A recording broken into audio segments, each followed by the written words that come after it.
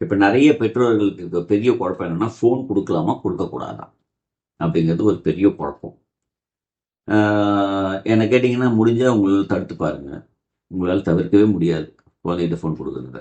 ஆனால் எல்லாரும் சொல்லுவாங்க ஃபோனை கொடுக்கக்கூடாது அப்படின்னு. பெற்றோரும் நினைப்பாங்க ஃபோன் கொடுக்குறது. என்ன கேட்குற பெற்றோருக்கு நான் சொல்கிறது, தாராளமாக குழந்தைகள் ஃபோனை பயன்படுத்தலாம். ஆனால் அதை எப்படி பயன்படுத்தணும், எதுக்கு பயன்படுத்தணும், எவ்வளோ நேரம் பயன்படுத்தணுங்கிறது தான் முக்கியமான விஷயமே இருக்குது. ஓகே, நீங்கள் என்னதான் நினச்சாலுமே ஃபோனை தவிர்க்க முடியாது. ஏன்னா காலம் மாற்றத்தினால கிடைக்கிற விஷயங்களை நம்ம மாறிதான் ஆகணும்.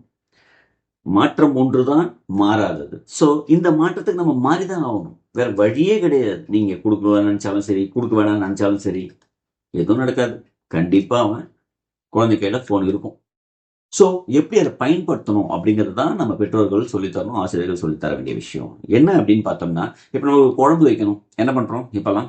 ஃபர்ஸ்ட்லாம் வந்து ஃபோன் பண்ணி அம்மா பெரியாத்திக்கு கேட்போம், அம்மாவுக்கு ஃபோன் பண்ணி கேட்போம். இப்படிலாம் ஃபோன் பண்ணியெல்லாம் கேட்டு அதை எப்படி உடச்சி போட்டு எதை கலந்து குழம்பு வைக்கலான்றதெல்லாம் கேட்போம். இப்போ எந்த அக்காவையாவது கேட்குறோமா, எந்த மாமாவையாவது, எந்த அத்தையாவது கேட்குறோமா? இல்லையே. எல்லாம் நேராக யூடியூப்ல தானே போய் கேட்குறோம் ஃபோனில். ஸோ அந்த மாதிரி தான். இப்போ பார்த்தீங்கன்னா, ஒரு இடத்துக்கு போகணும், உடனே கூகுள் மேப். ஒரு விஷயத்தை பற்றி தெரிஞ்சுக்கணும், உடனே கூகுள். ஒரு யூடியூப், இப்போ ஏஐ, சாட் ஜிபிடி, அடுத்த அடுத்த அடுத்த விஷயங்கள் வந்துட்டே இருக்கு. இதை நீங்க தவிர்க்கவும் முடியாது, தடுக்கவும் முடியாது. அப்ப என்ன பண்ணலாம்? எப்படி பயன்படுத்தணுங்கிறத மட்டும்தான் நாம சொல்லித்தர முடியும். இதை நீங்க நல்லா புரிஞ்சுக்கோங்க. குழந்தைங்க படிப்பு என்ன, அவங்க எந்த ஸ்டேஜ்ல இருக்காங்களோ அந்த ஸ்டேஜுக்கான விஷயத்த பயன்படுத்துறதுக்கு, படிக்கிறதுக்கு அந்த ஃபோனை பயன்படுத்துங்க. இப்போ ஒரு சாதாரண ஒரு 5th ஸ்டாண்டர்ட் படிக்கிறான்னு வச்சுக்கோங்க ஒரு குழந்தை.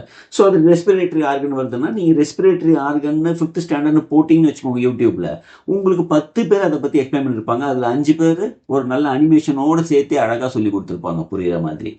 அதை நம்ம பார்க்கும்போது நமக்கு ஈஸியாக அந்த சப்ஜெக்ட் புரிஞ்சிடும்.